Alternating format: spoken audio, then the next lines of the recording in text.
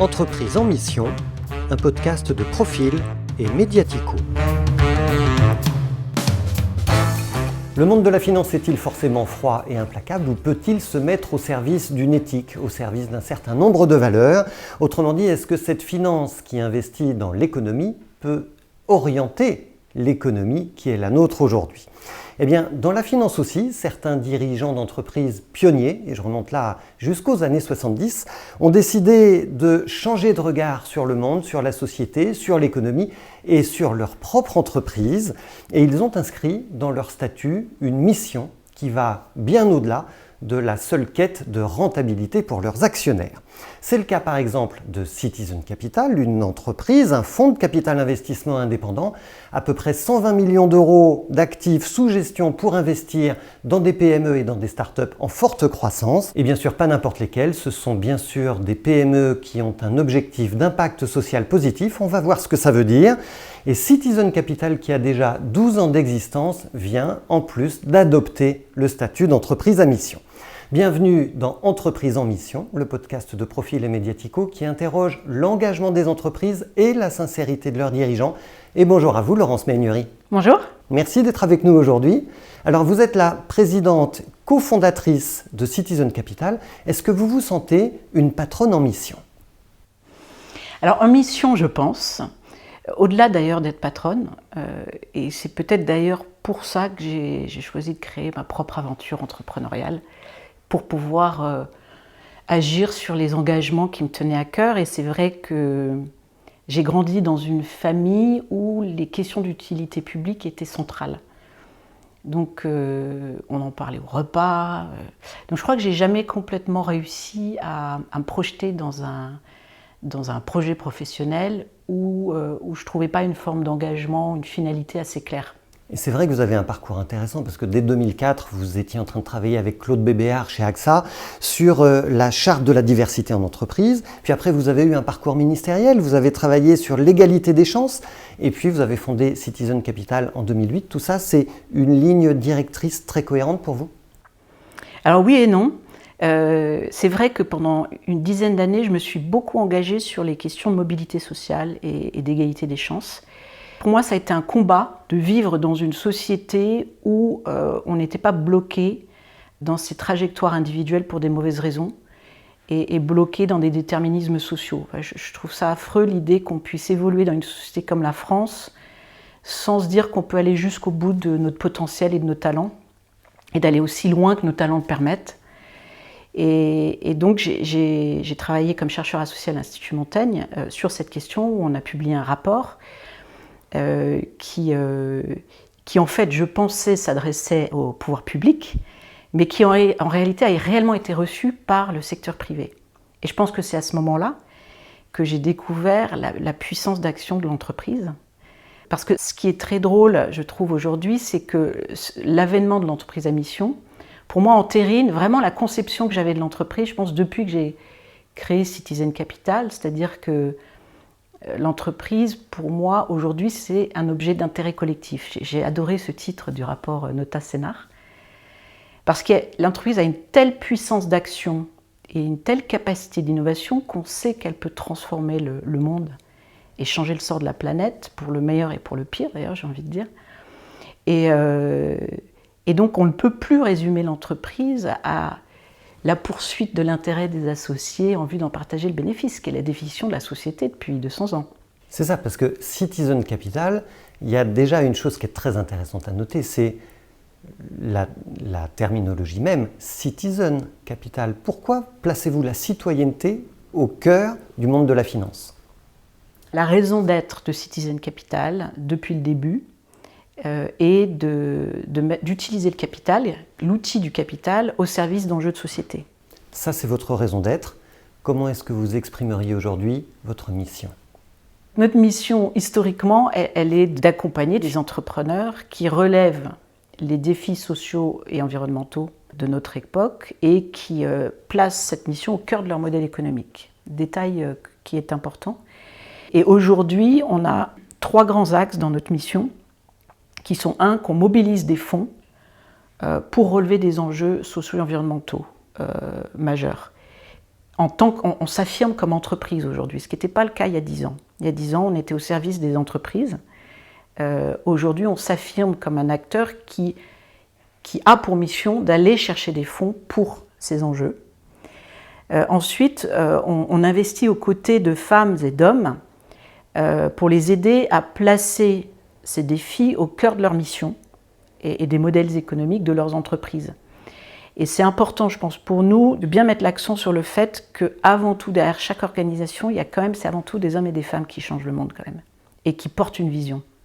Et c'est très important pour nous de nous associer à des entrepreneurs qui ont une vision de comment ils vont s'appuyer sur l'entreprise pour transformer la société et comment leurs produits, leurs services peut changer le monde en 3, 5 ou 10 ans. Et puis le troisième axe de cette mission, qui est important aussi, c'est qu'on s'affirme comme projet d'intérêt collectif.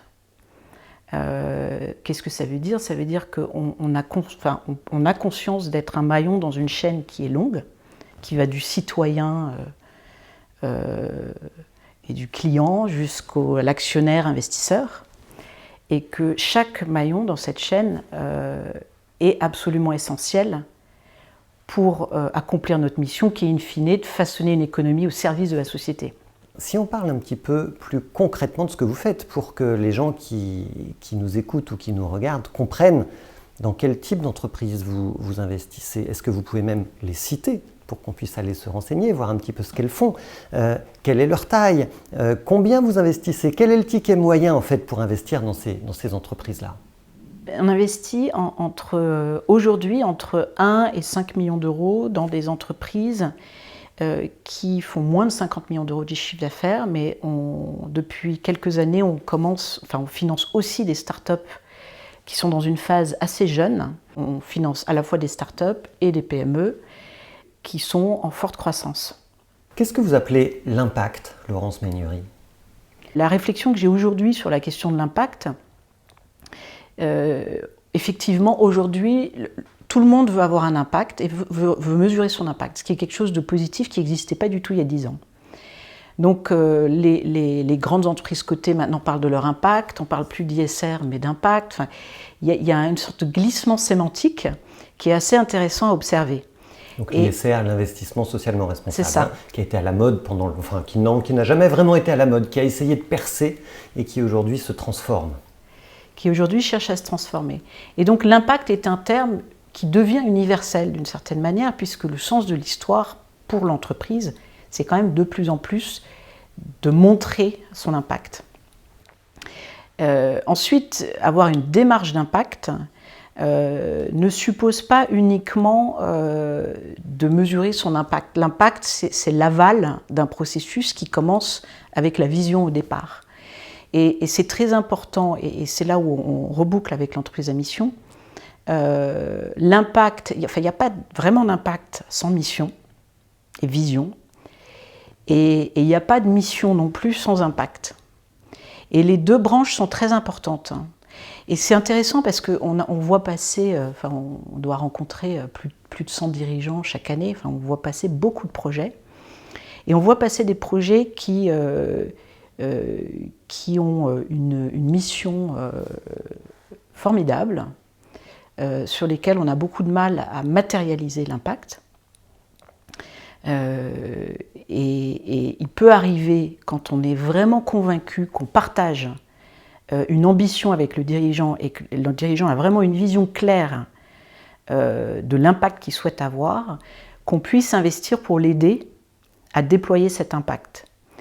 L'exemple de Camif est intéressant à ce titre-là, parce que c'est quand on a investi dans Camif, qui est donc un spécialiste de l'équipement de la maison. Et qu'on a reçu dans ce podcast. Et que vous avez reçu, je le sais. Il a une mission extrêmement claire.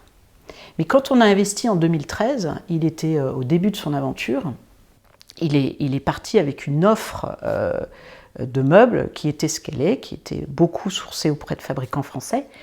Mais si vous regardez aujourd'hui l'impact qu'il a par rapport à il y a 6 ans, il a fait un énorme trajet. C'est-à-dire qu'aujourd'hui, si vous allez sur le site de Camif, il est réellement l'offre de meubles qui est durable, traçable, etc., est réellement en accord avec la mission que poursuit Henri Jacquia depuis des années.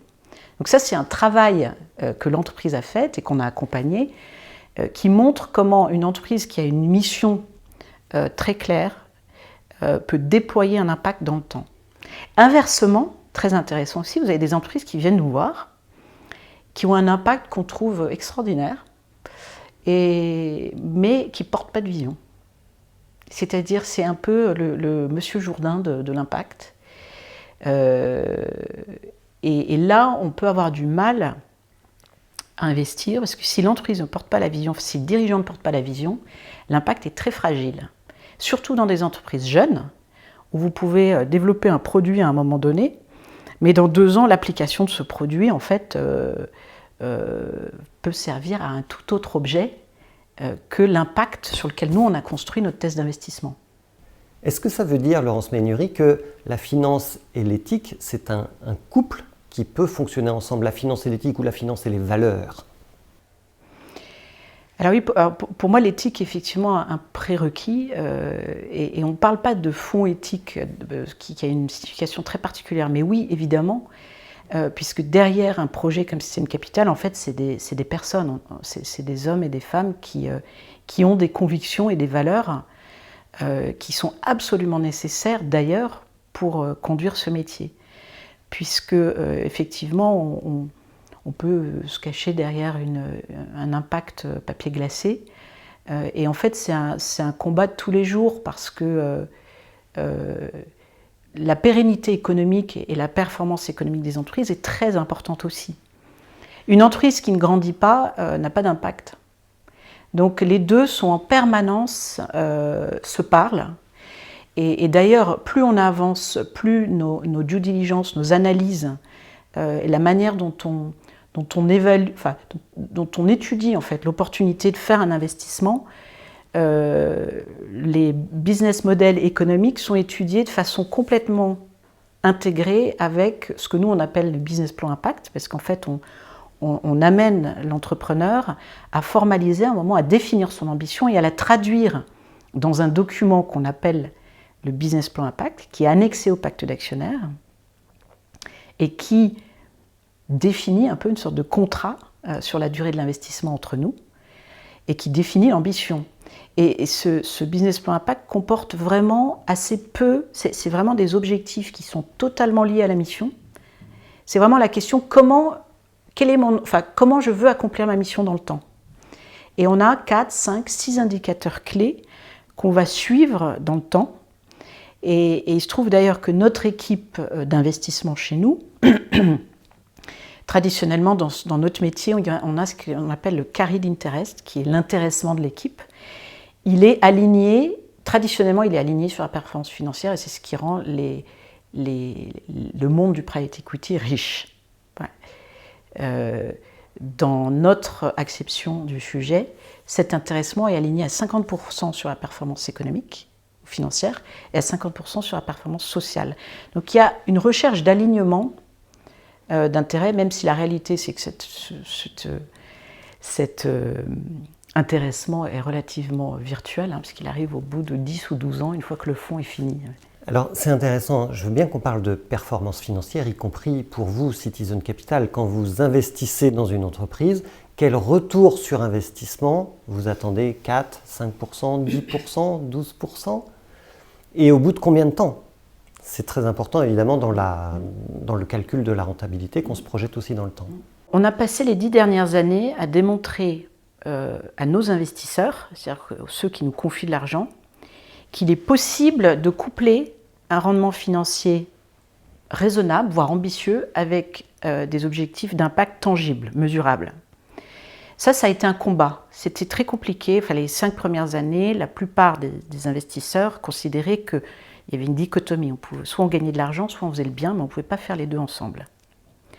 On a mis, je pense, 10 ans, et je pense qu'on est en train de le démontrer avec le fonds 2, que ce deuxième fonds, que c'est possible. Et qu'on n'a peut-être même pas à rougir avec d'autres investisseurs tout à fait classiques dans notre tranche d'entreprise.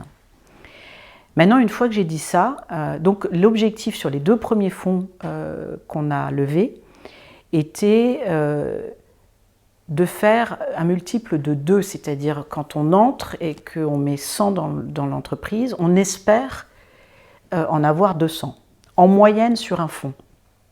Mais on est dans le capital risque aussi. Donc il y a de la casse. Donc voilà, il y a beaucoup d'entreprises qui, on le sait, et c'est une probabilité qui est totalement intégrée, vont pas aller au bout des 5 ans et leur produit ne sera pas...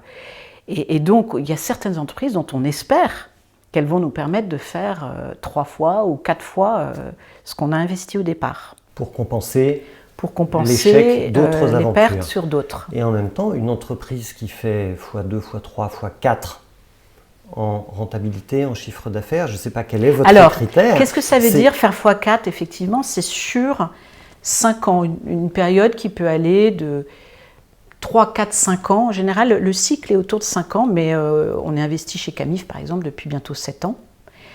C'est le faire sur cette période. Et quand vous investissez dans des startups et des PME, c'est quand même des entreprises qui sont au début de leur aventure et qui sont en forte croissance. Donc qu'elles puissent multiplier par 2 leur chiffre d'affaires et leur valeur en 5 ans n'a rien d'incroyable. C'est plutôt cette probabilité de celles qui vont réussir et celles qui vont échouer qui fait qu'un fonds d'investissement peut plus ou moins bien gagner sa vie. Ensuite, donc nous, sur cette première partie de notre existence, notre objectif était de démontrer au monde financier que c'était possible, qu'on pouvait être ambitieux et on pouvait faire de bons investissements qui avaient de l'impact. Parce que dans le fond, notre conviction, c'est quand même que les plus belles entreprises du XXIe siècle, c'est des entreprises qui vont avoir un impact social ou environnemental majeur. C'est celles qui vont avoir la confiance de leurs clients, de leurs employés. Donc c'est une démonstration qui est importante pour nous à faire. Et il y a une question qui est que on est une société et on peut avoir plusieurs fonds et plusieurs démarches. On est dans les 5 prochaines années, on souhaite aussi développer des projets d'investissement qui servent des besoins sociaux et environnementaux qui sont très forts et mal servis, avec des niveaux de rendement qui peuvent être beaucoup moins élevés. Et donc ça suppose de réfléchir à des modèles économiques de fonds avec des types d'investisseurs différents. Mais par exemple, là, on est en train de lever un fonds dans l'agriculture qui va financer des projets d'agriculteurs dans les filières de circuits courts et de transformation pour permettre aux agriculteurs de capter plus de valeur dans la chaîne alimentaire. Là, on va directement financer des projets d'agriculteurs. On n'est pas du tout dans des modèles économiques de private equity. On est en train de réfléchir aussi à un fonds dans le foncier agricole pour permettre à des jeunes agriculteurs de continuer à s'installer, en particulier tout ce qui est agriculture biologique, de continuer à s'installer et beaucoup n'ont pas les moyens d'acquérir des terres aujourd'hui. Donc c'est de porter le foncier pour eux et de leur permettre d'acquérir au fur et à mesure. Donc il y a des projets, on peut mener des projets très différents avec des spectres de rentabilité très différents aussi. Vous êtes aussi une entreprise à mission désormais. Est-ce que le fait d'être une entreprise à mission, ça réduit votre rentabilité ? Alors non, pas en tant que tel. Au contraire, nous on est convaincus qu'accompagner et financer, accompagner des entreprises à mission, c'est des entreprises d'avenir, c'est des entreprises qui vont créer une valeur stratégique importante. C'est-à-dire qu'on est convaincus aujourd'hui que des entreprises qui n'ont pas une vision claire de leur contribution à la société ne créent pas de valeur stratégique. Ou en tout cas, plus on va avancer dans le temps, moins elles en créeront. Pourquoi ? Parce qu'elles vont perdre la confiance des gens. Et donc, des gens, c'est pas seulement les gens, c'est leurs partis qui leur permettent de se développer et d'exister, qui sont essentiellement leurs employés et leurs clients. Alors justement, on y vient. Qu'est-ce que ça change au fond d'être une entreprise à mission ? Est-ce que ça change quelque chose dans votre organisation, dans votre gouvernance ? Est-ce que ça change quelque chose dans votre relation aux clients ou aux collaborateurs de l'entreprise ? Qu'est-ce que ça fait d'être une entreprise à mission, Laurence Méhaignerie ? Alors oui, ça change des choses pour l'entreprise, mais aussi pour l'investisseur actionnaire. Et pour moi, ça a deux impacts majeurs. Le premier, c'est que vous, vis-à-vis de vos investisseurs, ceux qui vous confient de l'argent, vous élargissez la notion d'obligation fiduciaire, c'est-à-dire que vous ne visez plus un objectif, qui est historiquement le dogme de Milton Friedman, de poursuite de la maximisation de la valeur financière. Vous en poursuivez au moins deux, puisque vous levez des fonds pour avoir à la fois un rendement financier et un impact social. Et nous, on s'est posé cette question pendant des années, puisque en tant qu'investisseur, on est tenu de servir l'intérêt de nos actionnaires, de nos investisseurs, nos souscripteurs. Qu'est-ce que ça veut dire servir l'intérêt ? Et en fait, quand vous êtes, et c'est l'apport majeur pour moi de l'impact investing au système financier, c'est que vous sortez de cette vision unique, vous avez une pluralité de buts. Donc vous n'êtes pas uniquement là pour maximiser la valeur financière, pour ceux qui vous ont confié de l'argent. Et les gens qui nous ont confié de l'argent reconnaissent qu'ils ne sont pas là uniquement pour maximiser la valeur financière. Laurence Méhaignerie, les entreprises à mission, elles se donnent des objectifs chiffrés à atteindre. Elles ont d'ailleurs un comité de mission qui surveille un petit peu si ces indicateurs sont atteints ou pas. Quels sont les objectifs chiffrés que vous vous êtes posés pour Citizen Capital ?